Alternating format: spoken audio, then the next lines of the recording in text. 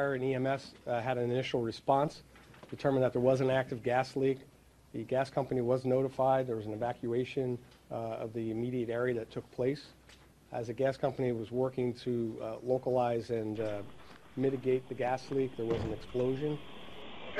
Way back here.